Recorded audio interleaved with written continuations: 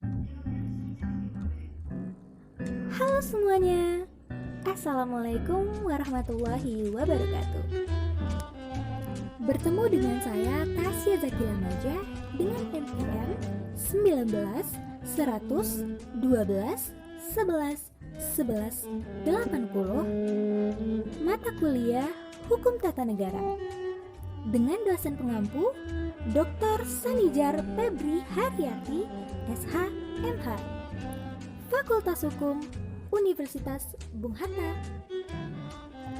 Pada video ini, saya akan menjelaskan secara ringkas mengenai sejarah ketatanegaraan Indonesia.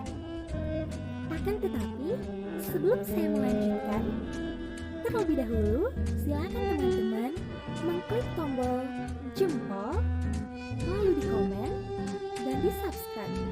Dan jangan lupa untuk menghidupkan notis pada lonceng pemberitahuan agar teman-teman mengetahui video-video terbaru saya selanjutnya. Dan jika teman-teman merasa video saya bermanfaat, silahkan di-share. Silahkan disimak ya teman-teman. Let's check this time. Sejarah Ketatanegaraan Indonesia. Sejarah ketatanegaraan meliputi 3 sistem. Yang pertama, sistem prakemerdekaan yang terbagi atas penjajahan Belanda dan penjajahan Jepang. Yang kedua, sistem pasca kemerdekaan yang meliputi Undang-Undang Dasar 1945, Republik Indonesia Serikat, Undang-Undang Dasar Sementara 1950, Orde Lama dan Orde Baru. Lalu yang ketiga, meliputi sistem era reformasi. Kita masuk pada sistem pra-kemerdekaan. Pertama, penjajahan Belanda. Adapun penjajahan Belanda meliputi Indonesia, yakni Hindia Belanda atau bagian kerajaan Belanda. Adapun peraturan perundang-undangannya meliputi Undang-Undang Kerajaan Belanda dan Indisch Staatsregeling.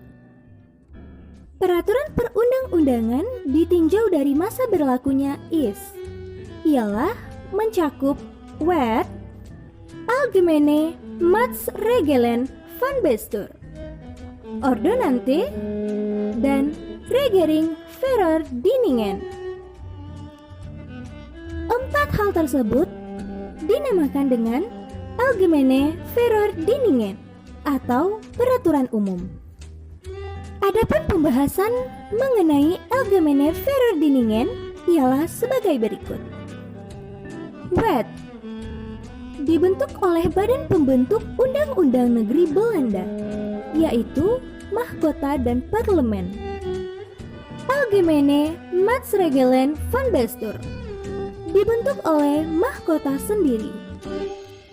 Ordonnance dibentuk oleh Gubernur Jenderal bersama Volksraad. Lalu Regering Verordeningen, peraturan yang dibentuk oleh Gubernur Jenderal. Sistem ketatanegaraan Hindia Belanda mencakup dan meliputi kekuasaan eksekutif berupa Gubernur Jenderal dengan kewenangan sangat luas dan dibantu oleh Badan Penasehat. Kekuasaan kehakiman ada pada Mahkamah Kehakiman. Pengawas keuangan dilakukan oleh Algemene Rekenkammer. Kita masuk yang kedua, penjajahan Jepang. Kedudukan Jepang di Indonesia meliputi penguasa pendudukan, menjanjikan kemerdekaan, lalu membentuk BPUPKI dan membentuk PPKI. Pada tanggal 14 Agustus 1945, Jepang menyerah pada Sekutu. Lalu terjadilah Perang Dunia Kedua. Sebagai penguasa pendudukan, Jepang menjanjikan kemerdekaan bagi Indonesia, membentuk BPUPKI, yang melahirkan rancangan negara melalui sidang pada 28 Mei sampai 1 Juni 1945 mengenai rancangan dasar negara. Lalu 1 Juli sampai 17 Juli 1945 mengenai rancangan Undang-Undang Dasar. Lalu BPUPKI dibubarkan dan dibentuklah PPKI pada 11 Agustus 1945 yang bertujuan untuk membantu menyiapkan Indonesia dalam mempersiapkan kemerdekaannya. Tetapi pada masa pendudukan Jepang tidak dibenarkan mengubah susunan ketatanegaraan atau hukum yang berlaku di Hindia Belanda. Jepang hanya meneruskan kekuasaan pemerintahan Belanda. Kekuasaan tertinggi ada pada bala tentara Jepang, bukan pemerintah Belanda. Dan pada masa penjajahan Jepang inilah, negara Indonesia dibagi menjadi 3 wilayah besar, yaitu Pulau Sumatera, Pulau Jawa, dan Indonesia Timur, atau daerah selebihnya. Kita masuk kepada sistem pasca kemerdekaan. Pasca pemberlakuan Undang-Undang Dasar 1945, 18 Agustus 1945, Insinyur Soekarno bersama Muhammad Hatta membentuk 3 unsur proklamasi. Adapun yang pertama, kedaulatan penuh dalam mengatur atau menata sistem ketatanegaraan sendiri. Kedua, pemindahan kekuasaan diselenggarakan dalam waktu sesingkat-singkatnya. Lalu yang ketiga, pemberitahuan kepada seluruh rakyat dan internasional mengenai kemerdekaan Republik Indonesia. Setelah proklamasi atau diproklamasikannya negara Indonesia, norma pertama dari tata hukum Indonesia, maka ditetapkanlah 1. Penetapan Undang-Undang NKRI. Kedua, penetapan Soekarno dan Muhammad Hatta sebagai Presiden dan Wakil Presiden Indonesia. Ketiga, pembentukan departemen oleh Presiden.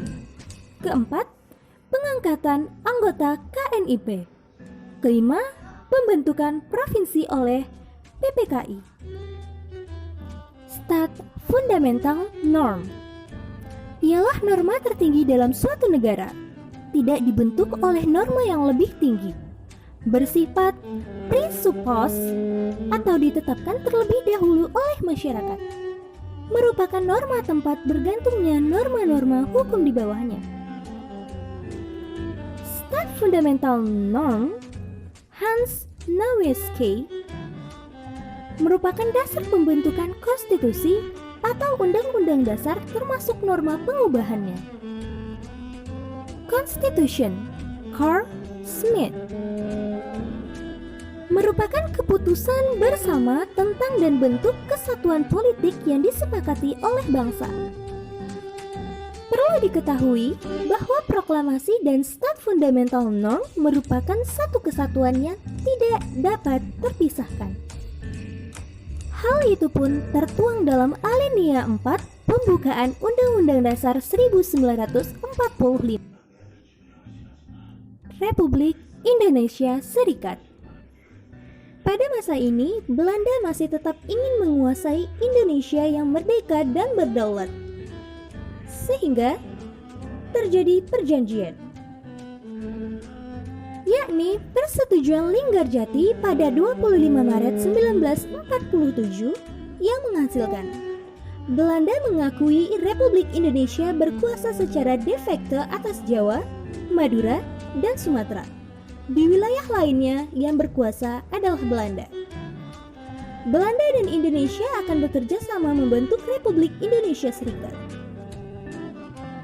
Hingga terjadilah Konferensi Meja Bundar atau KMB yang berisi berubahnya dari negara kesatuan ke negara serikat. Lanjut kepada Undang-Undang Dasar Sementara 1950. Pada Undang-Undang Dasar Sementara 1950 ini meliputi yang pertama, Presiden dan wakil presiden tidak dapat diganggu-gugat. Kedua, menteri-menteri bertanggung jawab atas seluruh kebijaksanaan pemerintah. Yang ketiga, presiden berhak membubarkan DPR. Unclearly, karakteristik parliament system. Masuk kepada Orde Lama, yakni Dekret Presiden 5 Juli 1959. Muncullah 1. Berlakunya kembali Undang-Undang Dasar 1945. 2. Dibubarkannya Konstituen. 3. Pembentukan MPRS dan DPAS. Perlu diketahui bahwa banyak terjadi penyimpangan hingga terjadilah pemberontakan G30 SPKI pada masa Orde Lama ini. Kita masuk kepada Orde Baru. Memasuki Orde Baru, tetapi kita mendapati kerusuhan yang terjadi akibat dari Orde Lama, yakni diawali dengan Super Semar. Lalu, Orba bertekad menjalankan Undang-Undang Dasar 1945 dan Pancasila secara murni dan konsekuen. Hingga demokrasi Pancasila di bawah kepemimpinan Soeharto, sistem presidensial. Dan pemilu 5 tahun sekali, tetapi tidak demokratis. Kuatnya kekuasaan presiden dalam menopang dan mengatur seluruh proses politik, terjadilah sentralistik kekuasaan pada presiden. Pembangunan ekonomi terlaksana, tetapi tidak berbasis ekonomi kerakyatan. Adapun indikator demokrasi tidak terlaksana, yaitu rotasi kekuasaan eksekutif tidak ada. Rekrutmen politik tertutup, pemilu jauh dari semangat demokrasi, HAM terbatasi, kebebasan politik terbatasi, dan KKN merajalela. Dan yang terakhir, era reformasi. Pada era reformasi ini, sistem pemerintahan negara Indonesia berdasarkan kepada Undang-Undang Dasar 1945 setelah diamandemen 1999 sampai 2002. Adapun yang dihasilkan pada masa era reformasi hingga kini ialah bentuk negara kesatuan dengan prinsip otonomi yang luas. Bentuk pemerintahan adalah republik. MPR bukan lembaga tertinggi. Presiden adalah kepala negara sekaligus kepala pemerintahan. Kabinet atau menteri diangkat oleh presiden dan bertanggung jawab kepada presiden. Kekuasaan legislatif lebih dominan. Presiden dan wakil presiden dipilih langsung oleh rakyat melalui pemilu. Dan hingga presiden tak dapat membubarkan DPR. Dan yang terpenting, kekuasaan tertinggi berada di tangan rakyat. Hai teman-teman, sekian video tentang sejarah ketatanegaraan dari saya. Maaf jika kurang berkenan, dan jika berkenan, semoga bermanfaat untuk teman-teman dan yang lainnya. Jangan lupa dukung saya terus ya teman-teman. Untuk video selanjutnya, sampai bertemu ya. Jangan lupa untuk terus membaca, karena sebaik-baiknya manusia adalah manusia yang saling berbagi. Salam literasi. Sekian dari saya. Assalamualaikum warahmatullahi wabarakatuh.